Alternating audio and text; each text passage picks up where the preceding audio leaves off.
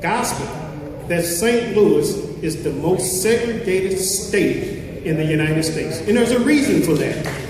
And so let's look at those organizations who were in the place to start this dialogue years ago. You shouldn't be sitting here.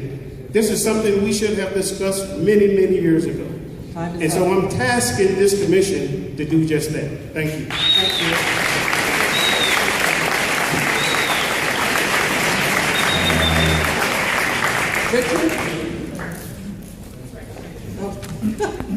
The status quo. He was chosen because he is a powerful voice for the voiceless, the angry, the left out, the young, and the ignored. I ask you to reach out to the governor, to the press, and the powers in the city to stand up for him and not sit down until he is treated with the respect he deserves.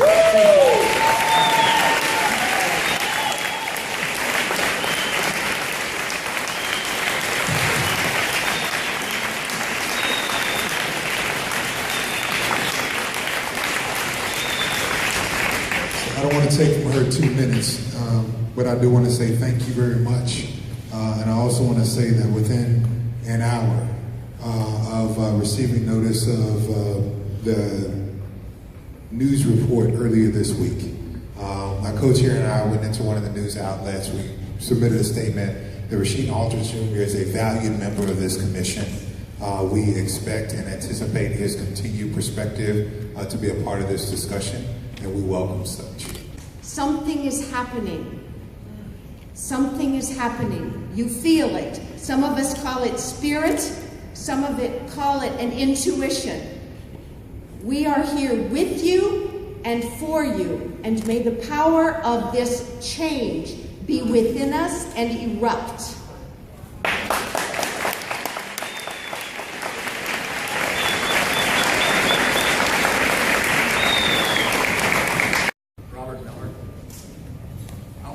Historical purposes, real quick here, you probably many remember the riots in Detroit, Michigan. I was there at the time, back in '67.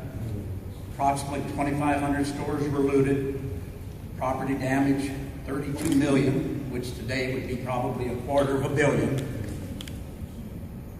33 blacks, 10 whites were killed, 1,189 were injured, 7,200 arrested. What we've seen here in Ferguson is nothing, you know, in terms of what this was. And here we are 50 years later, and the report out of this, and people have to look this up because you can't get anything done in 2 minutes here, the Kerner report, which was the result of the riots. Its findings was that the riots resulted from black frustration at lack of economic opportunity. What else is new? Martin Luther King Jr. pronounced the report a physician's warning of approaching death.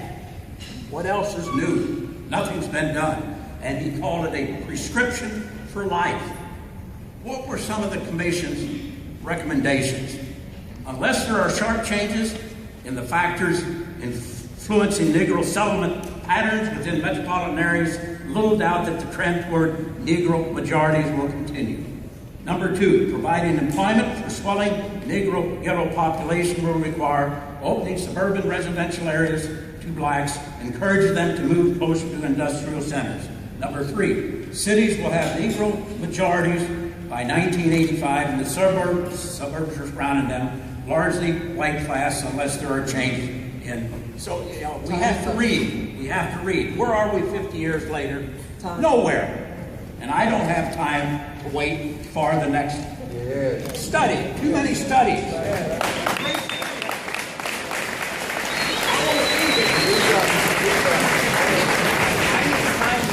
I'm an educator. Have been for years. Here, read this here. Mapping the climate. Moving the blacks north, the whites white. And I want to agree with one of the speakers that started, and I've said it many times, what started in Ferguson in August is writing a narrative. And the Ferguson Commission has the opportunity to finish that narrative. And I think that we're all here, including law enforcement, because we want that narrative to be a positive one that moves our region forward. And so I'm going to give you some thoughts that I have about law enforcement, not just in the city of St. Louis, but on a more regional perspective about what's going on in our community.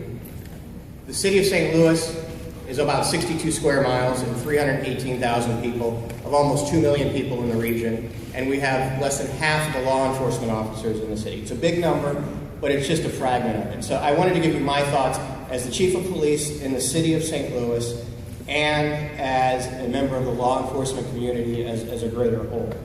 So I always have to acknowledge that law enforcement officers do good work.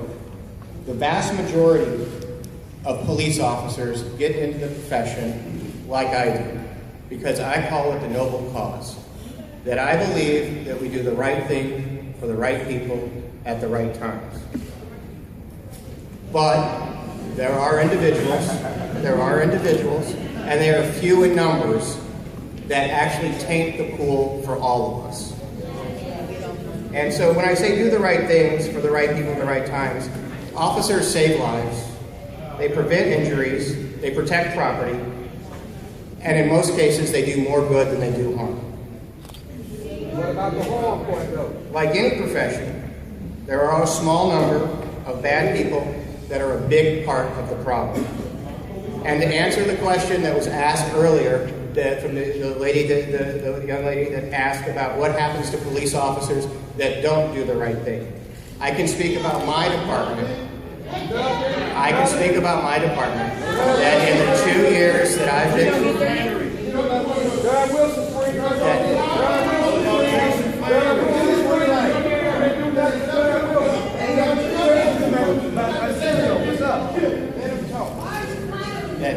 that's all right.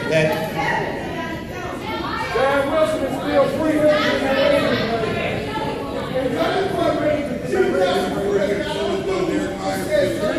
What range is in that raising brand? Department free cases.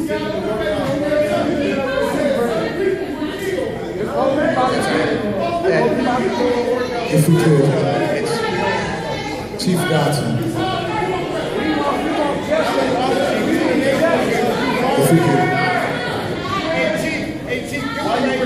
If we could have 1 second, I want to ask Chief Dotson.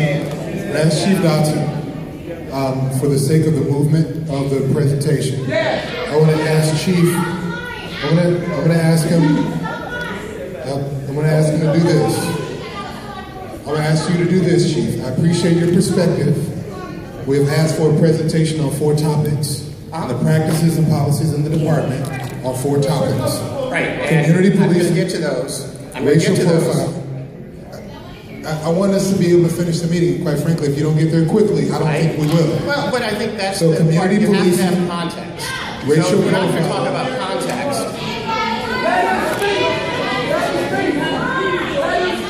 So I think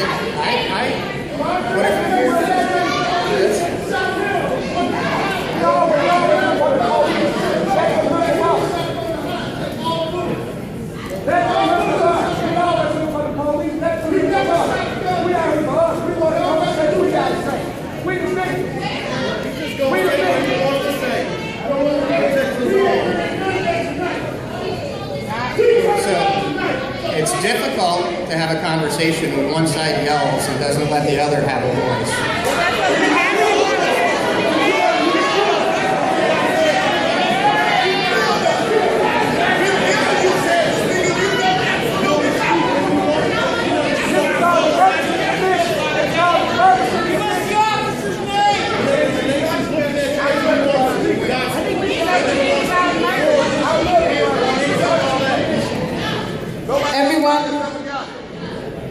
Can we let him answer the questions that the commission wanted him to speak to? And then we can continue.